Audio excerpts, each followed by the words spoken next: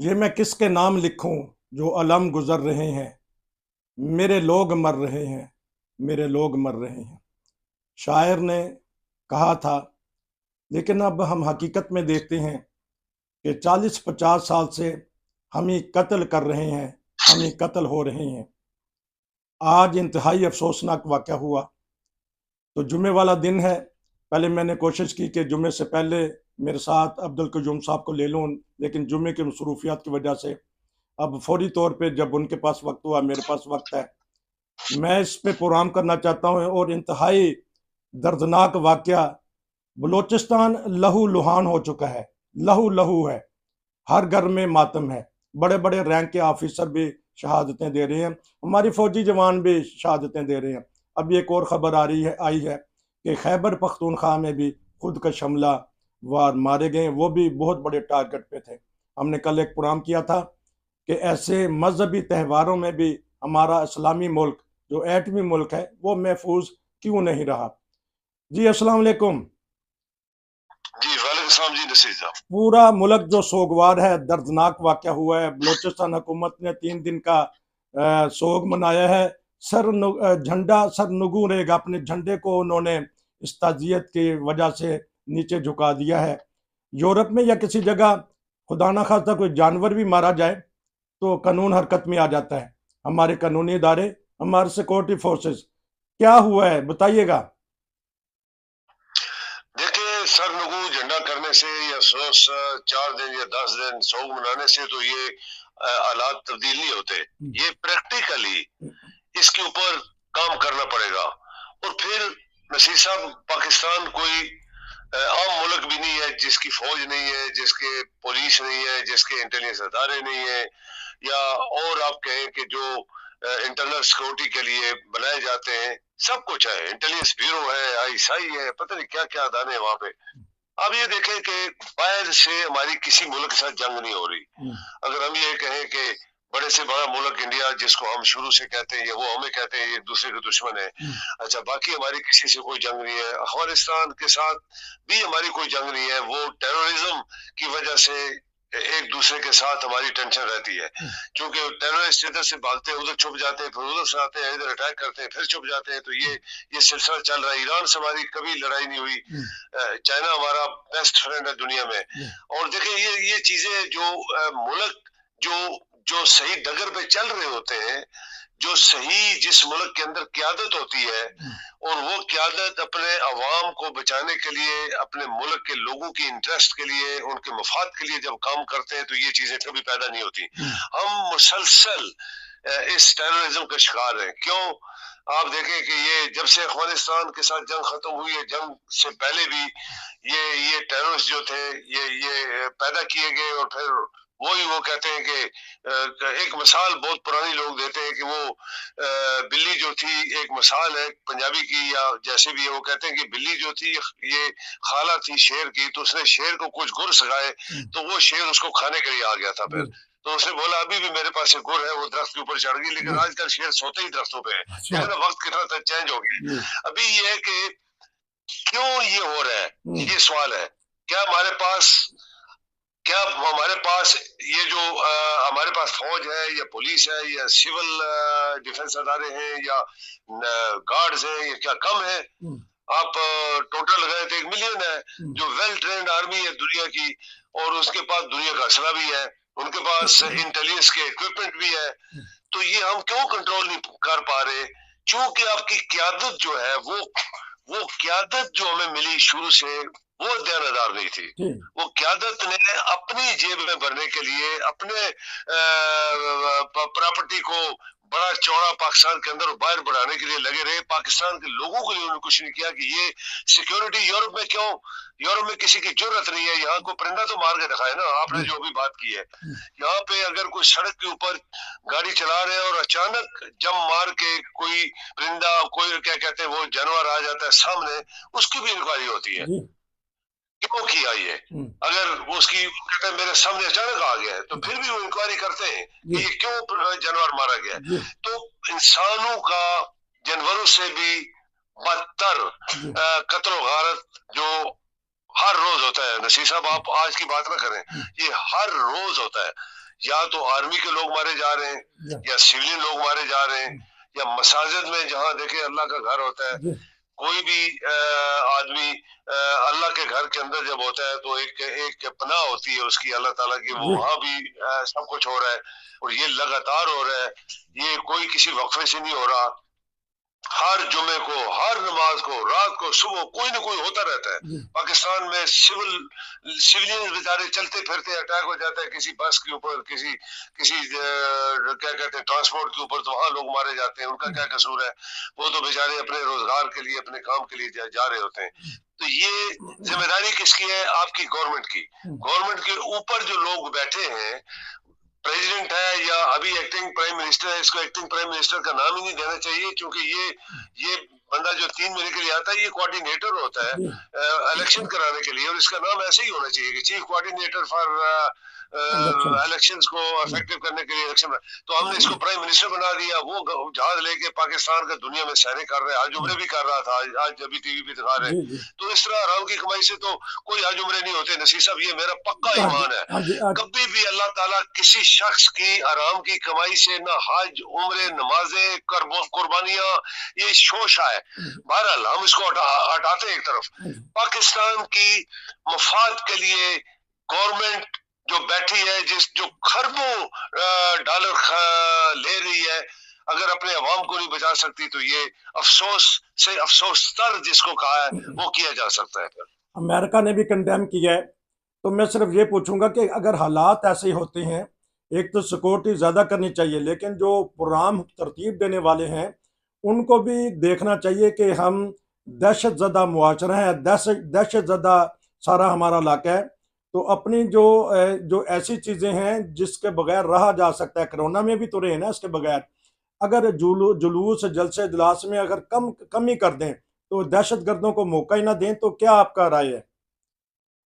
देखिए, ये पहले जलसे जुलूस होते ही नहीं थे रशीद साहब। आपको याद होगा कि आज से अगर आप अंदाजा लगाएं 30-40 साल पहले, चलो 50 साल में, कभी जलसे जुलूस नहीं होते थे। ये इसके बाद फिर क्या हुआ कि ऐसे ऐसे लोग इस मुल्क के अंदर पैदा हो गए कि उन्होंने अपनी थनदारी जो है, वो चौधराट, थनदारी, शोशा, जैली, नशो नुमा के लिए ये काम शुरू किया गया।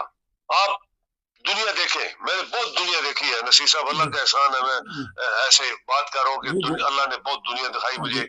हमने अरब बहुत सारे मुल्क देखे, किसी जगह ये शोशा नहीं होती, किसी जगह ये नारेबाजी नहीं होती, किसी जगह कोई झंडे लेके सड़कों पे घूमता नहीं है। ये वो लोग करते हैं जो एहसास कमतरी के अंदर होते हैं और जिनको हकीकत में इस्लाम का इल्म नहीं है। वो लोग इस तरह के शोशे मार मूर के लोगों को बेवकूफ बना के और उनसे पैसे बटोरते हैं। जैसे पाकिस्तान में आप देख लें, मीनार बने हुए, झंडे लगे हुए, उधर वहां पे जन्नत और दोज़ख के दरवाजे बने हुए। तो ये चीजें क्यों हुई है? जब आप लोगों ने खुला छोड़ा, आप अपने घर के अंदर जलसे जुलूस करते हैं तो ठीक है, आप करें, जो भी अपने किसी का अकीदा है वो करें, अपने घरों के अंदर ये खास मखसूस इलाके में करें। सड़कों पे आएंगे तो लड़ाई मार कुटाई होगी, फिर जो उसके अपोजिट लोग होंगे वो उसके साथ ठन बन होती है। आपको पता ही है पिंडी में कैसे होता है, इधर से जुलूस निकला, दूसरी पार्टी में ला के उधर कत्ल गारत हुई। तो ये चीजें क्यों हुई है? क्योंकि आपकी हुकूमतें जो है वो अपनी जिम्मेदारी से हट गई है।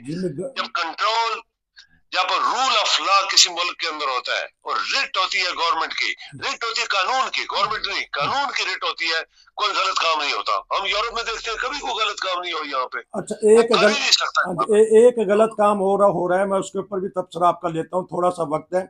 मुल्तान में 16 लोग उम्रे पे जा रहे हैं और वो सारे भकारी हैं। हुकूमत की नाक के नीचे ऐसा काम हो रहा है, क्या वजह है?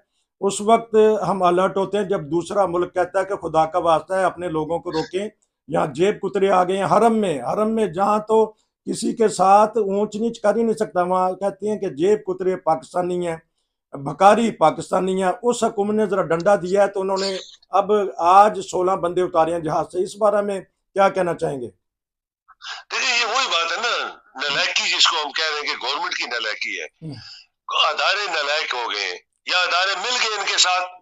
ये कभी नहीं हो सकता कि जो पासपोर्ट, जो वीजा इशू कर रहे हैं या जो पासपोर्ट इशू कर रहे हैं, जो आगे इनको सपोर्ट करते हैं, जाओ वहां पे अप्लाई करो, तो उनको सब पता होता है। फिर आपके इंटेलिजेंस अदारे किधर है?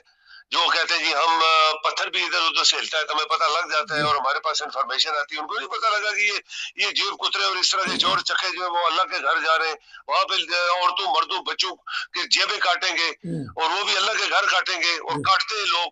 ये मैंने खुद देखा, एक दफा मैं हज पे गया तो मुझे एक बंदे ने कहा मेरी जेब काट दी है किसी ने। अच्छा। तो ये क्यों होता है? अच्छा। वो ये लोग मुसलमान नहीं होते, ये मुसलमान नहीं होते नसीर साहब, ये लोग कोई मुसलमान शान नहीं है, ये जहरी मुसलमान है।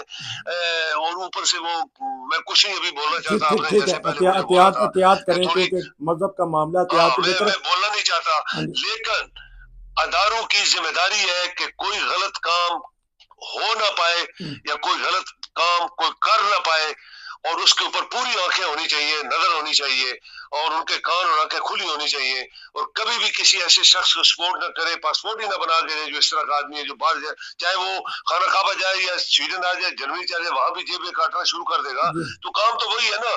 उसका तो जो काम है वो मुल्क की बदनामी और लानत फिर क्या होगी पाकिस्तान के ऊपर, लोगों के ऊपर, सब लोग बोलेंगे पाकिस्तानी ऐसे होते हैं। तो ये चीजें हुकूमत वहां पे कंट्रोल करे नसीर साहब, ये उनकी जिम्मेदारी है। पाकिस्तान के पास किसी चीज की कमी नहीं है, आपके पास इतनी बड़ी फौज, पुलिस, सिविल अदारे, पता नहीं क्या क्या है वहां पे जो बैठा हुआ है, तो काम तो छोटे छोटे जो कंट्रोल नहीं कर पा रहे। नाजरीन, क्योंकि आज दुख का दिन है तो हमने दुख ही करना है, गम और अफसोस करना है जो लवाकिन है। ये बताइएगा कि ये सिर्फ 50 शहीद या मारे नहीं गए, बल्कि इनके साथ जो फैमिलियां, इनके बच्चे हैं, बेवाएं हो गई हैं, यतीम हो गए हैं और बहनें अपने भाइयों से हाथ धो बैठी हैं। अब बताइए कि कितना फर्क पड़ता है, अगर एक शहीद होता है तो कहाँ वो सैकड़ों के हिसाब से शहीद हो रहे हैं, मारे जा रहे हैं जी। ऐसे ही है, देखिए हमें भी बहुत अफसोस है, उसमें बच्चे भी होंगे, जवान भी होंगे, आजकल औरतें भी नमाज पढ़ने जाती हैं मस्जिदों में, एक साइड के ऊपर उनके लिए बनाया होता है उन्होंने। तो ये जो भी हुआ ये पाकिस्तान के साथ बहुत, और खानदानों के साथ, लोगों के साथ बहुत ज्यादती हुई, हमें बहुत अफसोस है। अल्लाह ताला उनको रहमत में जगह दे, जन्नत में जगह दे, मस्जिद के अंदर लोग थे वो सारे। तो ये सब चीजें हैं, लेकिन यहाँ पे फिर वो सवाल है कि हमारी सिक्योरिटी किधर थी, क्यों हमारी सिक्योरिटी एक दिन नहीं, 2 दिन नहीं, 3 दिन नहीं, पूरा हफ्ता रोज कोई ना कोई हमारे साथ हादसे हो रहे हैं। आर्मी के जवान जो वेल इक्विप्ड होते हैं, जिनके पास असला भी होता है, उनको भी शहीद किया जा रहा है। उसमें ऑफिसर भी होते हैं, जवान भी होते हैं, वो है तो पाकिस्तान आर्मी के लोग। तो ये चीजें सारी है ना, ये सब चीजें अगर महकमे के जो हेड्स होते हैं वो अपनी ड्यूटी छोड़ के दूसरों के मामलात में मुदाखल के लिए टाइम निकालेंगे तो फिर इस मुल्क के साथ ऐसे ही होगा, फिर इस मुल्क के साथ ऐसा होगा। अल्लाह करे कि हमारे मुल्क में जल्द अमन आए, क्योंकि स्वीडन में बैठ के इन बहुत ही दिल दुखता है, क्योंकि इन्होंने मुल्क मुल्क फिरे हैं, देखे हैं सारे हालात। लेकिन पाकिस्तान एक इस्लामी मुल्क, एटमी मुल्क, जब वहाँ से ऐसी खबरें आती हैं तो दिल खून के आंसू होता है, और जाने वाले भी डरते हैं कि मैं उस मुल्क में जाके क्या करूँगा। कहना जोन साहब, कारोबारी बंदा भी नहीं जाता, डरता है कि मैं क्या कारोबार करूँगा। तो सैर सपाटे के लिए भी कोई जाता, अपने बीवी बच्चे भी नहीं लेके जाता, कि डरता है कि कहीं ना कोई किसी दहशत गर्द का निशाना ना बन जाऊं जी। जी बिल्कुल, आपने एक बहुत जबरदस्त पॉइंट अभी दिया। देखिए बिजनेसमैन कोई पागल नहीं होते, वो जब अपना पैसा, अपना वक्त किसी मुल्क के लिए लगाना चाहते हैं कि उस मुल्क को फायदा हो जाए, अवाम को हो जाए और उन लोगों को हो जाए, और अपने लिए भी कुछ प्रॉफिट उसको बचे, तो वो पैसा अपना लेके जब जाते हैं वो नहीं जाते। क्यों? पाकिस्तान के अंदर जो हालात हैं, जो पाकिस्तान के अंदर जो जो आपके अदारे हैं, वो किस तरह उसको हैंडल करते हैं, बुरे तरीके से हैंडल करते हैं। और कदम कदम के ऊपर एक अमेरिका के बड़े बिजनेसमैन का बयान जो मैं आपको बताना चाहता हूँ, उसने बोला था कि पाकिस्तान में हर कदम के बाद मुझे जब रिश्वत देनी पड़ी तो मैं वहां से सब कुछ बोरिया बिस्तरा बांध के वापस अमेरिका आ गया। ये एक अमेरिका के बड़े बिजनेसमैन का बयान था। जिस मुल्क के अंदर करप्शन इतनी हो कि एयरपोर्ट से शुरू हो जाए और जिस दफ्तर में जाए करप्शन, जिस दफ्तर में जाए करप्शन, टैक्सी में बैठे करप्शन, दफ्तरों के अंदर चपरासियों को करप्शन, अफसरों को पैसा देना पड़े, तो उसके पास बचेगा क्या फिर? वो क्या बिजनेस करेगा वहां पे? जब फैक्ट्रियों का लाइसेंस हो उसके लिए रिश्वत, जब चलेंगी फैक्ट्री है तो उसके लिए रिश्वत, टैक्स वालों को रिश्वत।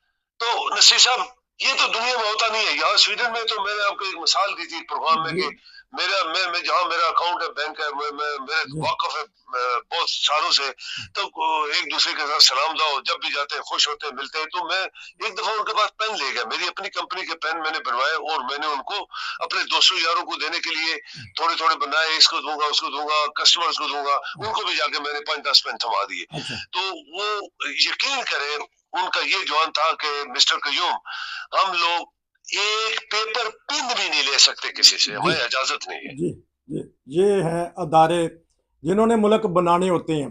कयूम साहब अगर हाँ तनकीद करते हैं तो पाकिस्तान की बेहतरी के लिए करते हैं। बाद लोग कहते हैं कि ये पाकिस्तान की बदनामी का बायस बनती हैं बातें, लेकिन हमने तो खबरों के ऊपर तबसरा करना होता है। बड़े दर्द दिल के साथ आज फिर उन्होंने तबसरा किया है कि एक बहुत बड़ा होलनाक वहाँ हादसा हुआ है, खुदकश कहते हैं हमला हुआ है। आपका बहुत शुक्रिया कि आपने मुझे फिर वक्त दिया, तो फिर दोबारा आपसे मिलेंगे। नसीर को इजाज़त दीजिए। अस्सलाम वालेकुम, शुक्रिया जी। जी, शुक्रिया जी।